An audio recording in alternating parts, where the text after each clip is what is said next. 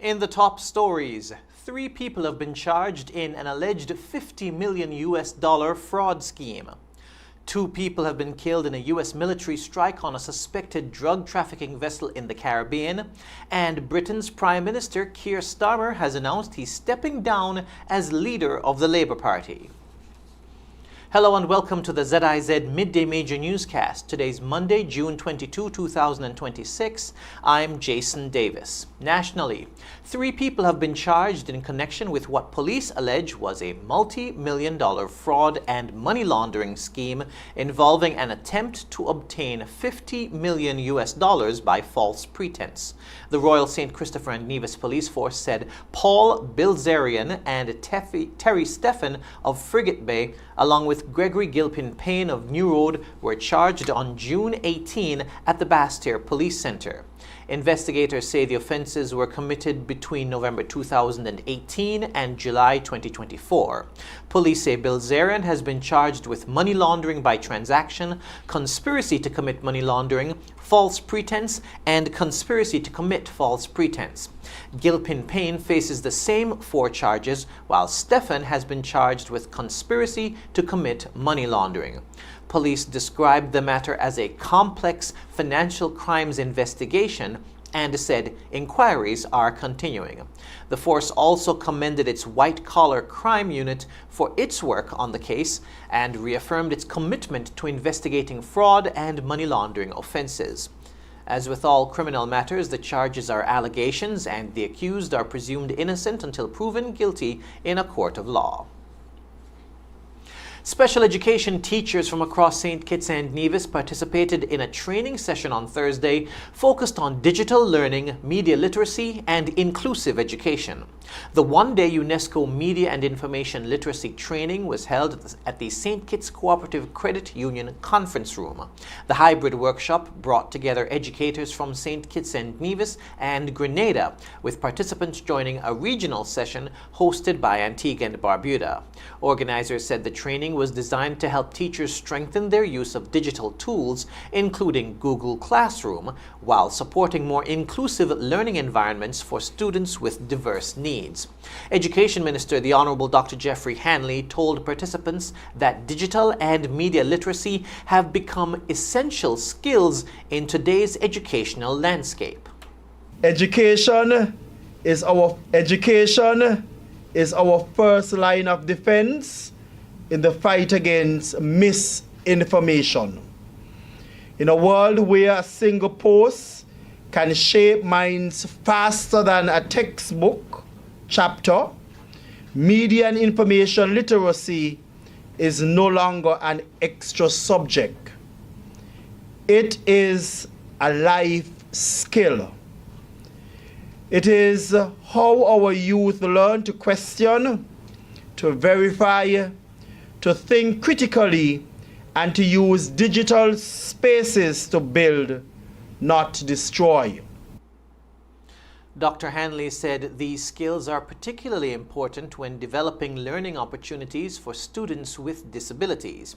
Meanwhile, Secretary General of the St. Kitts and Nevis National Commission for UNESCO, Ambassador Neris Dockery, said media and information literacy is critical as students navigate an increasingly digital world.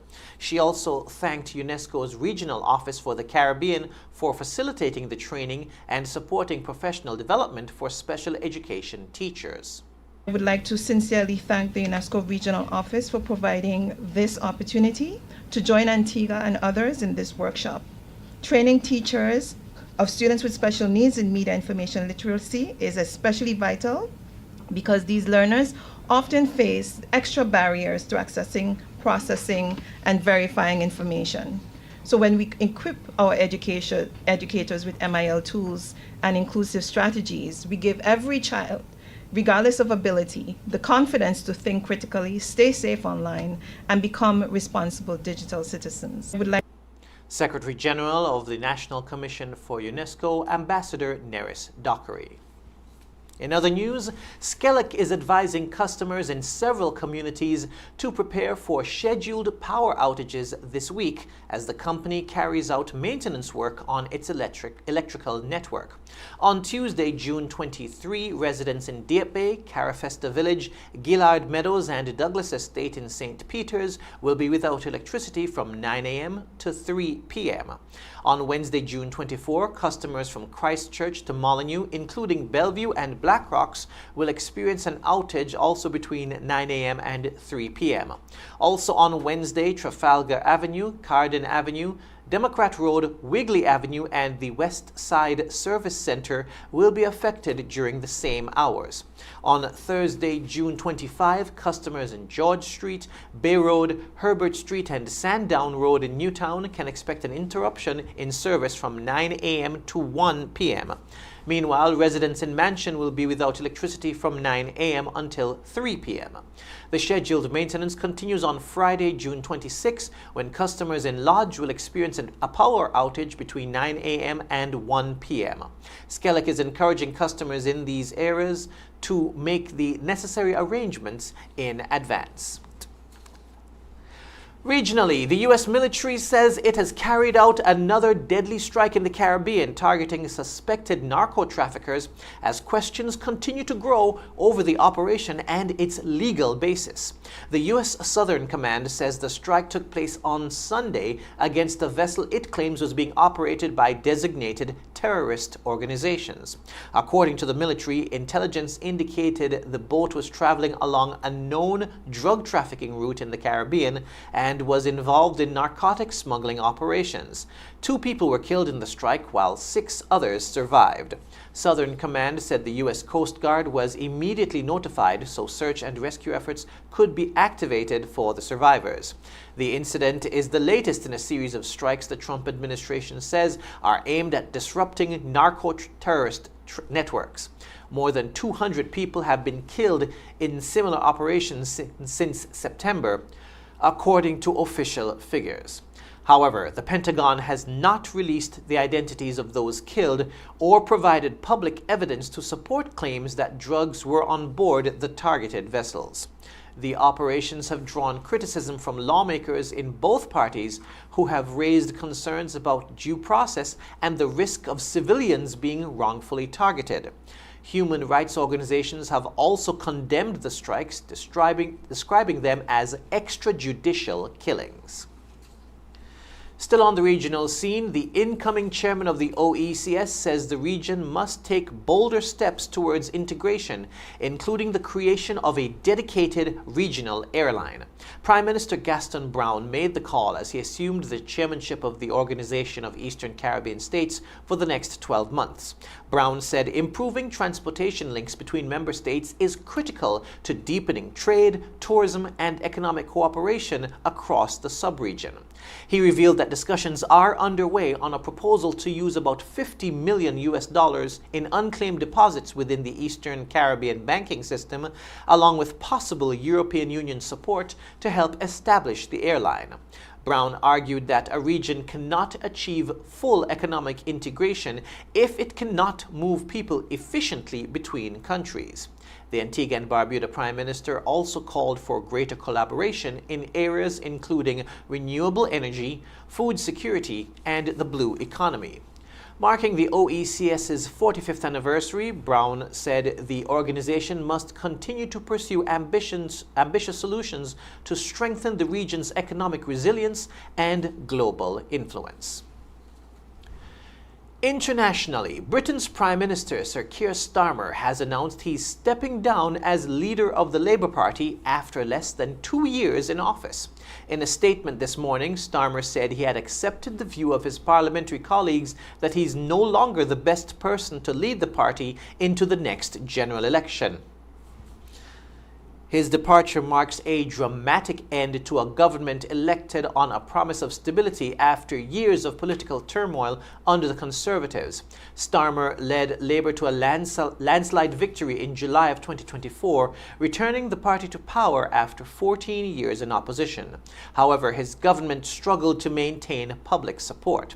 Pressure on Starmer intensified after a heavy defeat for Labour in local and regional elections last month, sparking resignations and fresh questions about his leadership.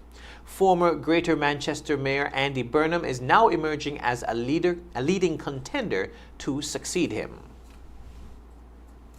In other international news, France is bracing for a week of record-breaking heat as temperatures soar across much of the country, and forecasters warn the worst may still be ahead. The National Weather Service says most of France is now entering a prolonged period of extreme heat, with daytime temperatures climbing above 40 degrees Celsius, and conditions are expected to ease before Friday, are not expected to ease before Friday. Several communities in western and central France recorded their hottest night on record between Sunday and today. Paris also experienced its hottest June night ever, with temperatures remaining above 24 degrees Celsius. Forecasters warn that even higher temperatures are expected later this week, with Wednesday and Thursday likely to bring conditions never before recorded across large parts of the country. Scientists continue to warn that human-driven climate change is contributing to more frequent and more intense extreme weather events across the world. And now for our local weather. Generally fair and dry conditions are expected across St. Kitts and Nevis over the next 24 hours as a high-pressure system continues to limit shower activity. Partly sunny skies will prevail throughout the day, with only a slight chance of brief passing showers. Tonight, conditions are expected to remain fair to partly cloudy. Forecasters are giving a 40% chance of a short overnight shower. Temperatures today reached a high of 33 degrees Celsius or 91 degrees Fahrenheit. Tonight's low is expected to fall to 24 degrees Celsius or 75 degrees Fahrenheit. Winds will continue from the east at between 19 and 33 kilometers per hour. Seas are moderate with waves between 1.5 and 2.1 meters or 5 to 7 feet. Small craft operators are advised to continue exercising caution. Sunset will be at 6:48 p.m., sunrise tomorrow at 5:38 a.m. And that brings us to the end of the ZIZ Midday Major Newscast. Join us this evening for these stories and more. Thank you for tuning in. I'm Jason Davis.